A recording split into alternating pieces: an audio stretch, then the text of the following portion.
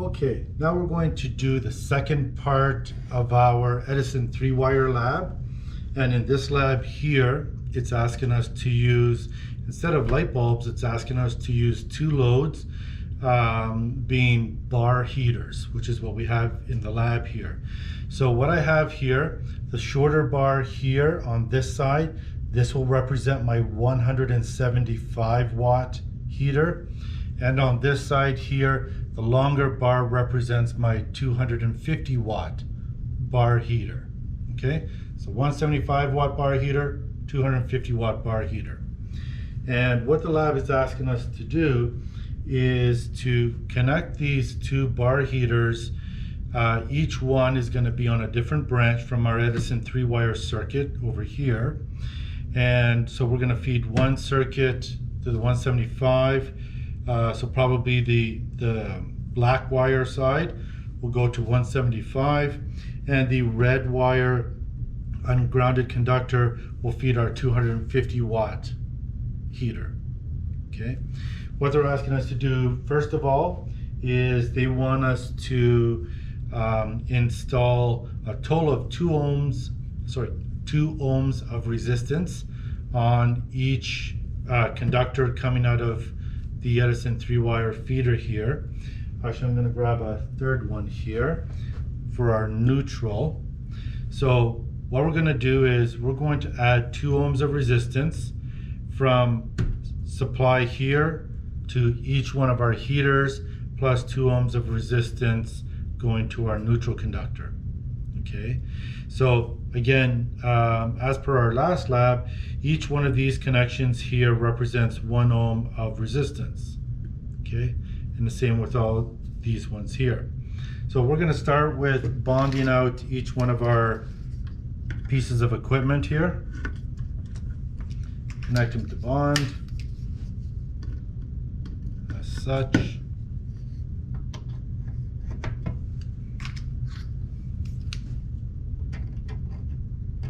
All the way back to our power supply, all the way back here to our bench. Okay, so we have a path of bond. We have bonded out our equipment here. So what we're going to do first is we're going to come from the ungrounded conductor, being our black conductor, and we're going to add 2 ohms of resistance before we get to our 175 watt heater. So we're coming out of the black ungrounded conductor, feeding into our first 1 ohm resistor. We will then come out of the 1 ohm resistor, feed into the second 1 ohm resistor, and then we'll come out of the second 1 ohm resistor here and feed into our branch 1, being our 175 watt heater. Okay, so far we're done there. We're going to come out of our other ungrounded conductor, which is red here. We're going to do the same thing on branch 2. So we're going to come from our power supply red ungrounded conductor into our 1 ohm resistor. Then we're going to come out of 1 ohm resistor, feed the second 1 ohm resistor in series, and then out of the second 1 ohm resistor, and we're going to feed this connection here is for our 250 watt heater, which will represent branch 2. Okay, so I put in both of these cases here a total of 2 ohms of resistance going into each one of these branches. We're going to do the same thing with our neutral conductor. From our bench here, we're going to feed into resistor number 1. Then we're going to go out of resistor number 1 into resistor number 2, just to make them connected in series. And then out of resistor 2, we are going to make a connection of neutral, and we're going to just jumper both of these connections here. That is a jumper connection between both heaters here. So now there is 2 ohms of resistance in the neutral going to each one of our 2 heaters. what I'm going to do is I'm going to record voltages here, and I want you to be able to record this in your lab booklet, procedure number 3 in your Edison 3-wire system. So I'm going to take my AC voltmeter for my load 1, my 175 watt load. I will put my voltmeter across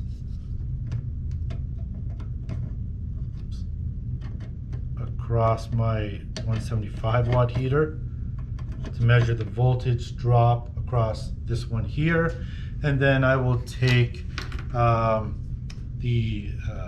my second meter and we'll put it on my 250 watt heater to measure its voltage. Okay, so I have both of my meters set on AC volts. I have my circuitry now all completed, and I'm going to measure my voltages and I'll share them with you, and then you can record it in your book. All right, and so what I'm going to do is my circuit is complete. I'm now going to energize and measure the 2 voltages on my 2 loads here. My 175 watt heater is actually will be my lower resistance. If I were to calculate resistance, my 175 has less resistance than my 250 watt heater. Okay, larger heater, larger resistance, smaller heater, smaller resistance. Okay, I got my voltmeters all set. I'm going to turn the power on, and I'm going to record my voltages here. So on my 175 watt heater, my voltage across the terminals of my 175 watt heater, I'm measuring 101.1. So 101.1 volts is what I'm measuring on 175 watt heater. And on my 250 watt heater, I am measuring 99.2 volts.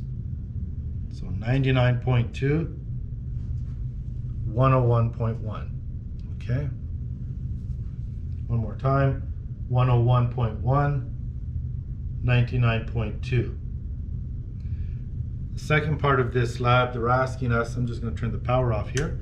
They're asking us to install a switch into our neutral so we can mimic a break in our neutral conductor, just to show you the results of it, what would happen. So I've got a single pole switch here, and what I'm going to do first is I'm going to connect it to bond.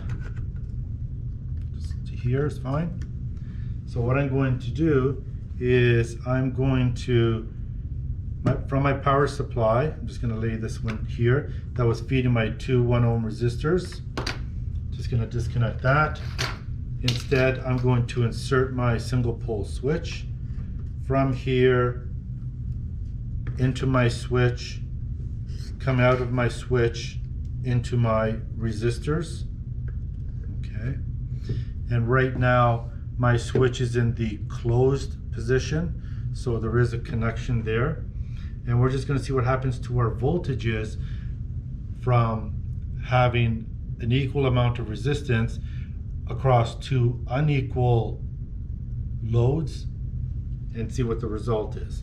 So I'm going to turn this back on. Then I'm going to ask you guys just to record these voltages. So again, my voltage on load 1 is 101.1. My 175 and my 250 has a voltage of 99.2. Now, when I flip the switch here, I'm actually going to break the neutral connection, and we're going to see the results of the voltages. Flip the switch here. On my 175 watt heater, my voltage now goes from 101 up to 117.3. That's 117.3 volts. 117.3. My 250 watt heater, my voltage originally was 99.2.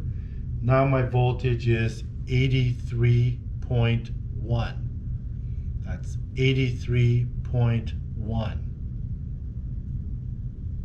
one last time. I've broken my neutral, 117.3, 83.1. Okay, I'm just going to de-energize my circuit here. So we've seen here, for example, when our unbalanced loads were going through equal values of resistance and conductor, we still had a variance of voltage where the 175 watt heater had a voltage 101.1, 250 watt heater had a voltage of 99.2. They were only off by just a few volts. But once I had introduced a break in my neutral, the voltage on my 175 watt heater skyrocketed from a simple 101.1 and jumped up to a 117.3 is what I measured. And on my 250 watt heater with my broken neutral, my voltage dropped from the 99.2 down to 83.1. And as I mentioned, the 175 watt heater represents the lower resistance.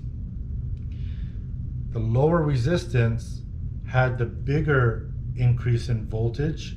It went from 101.1 to 117.3, and my higher resistance dropped in voltage, okay, from a 99.2 to an 83.1. So here's a correlation where my lower resistance had a higher increase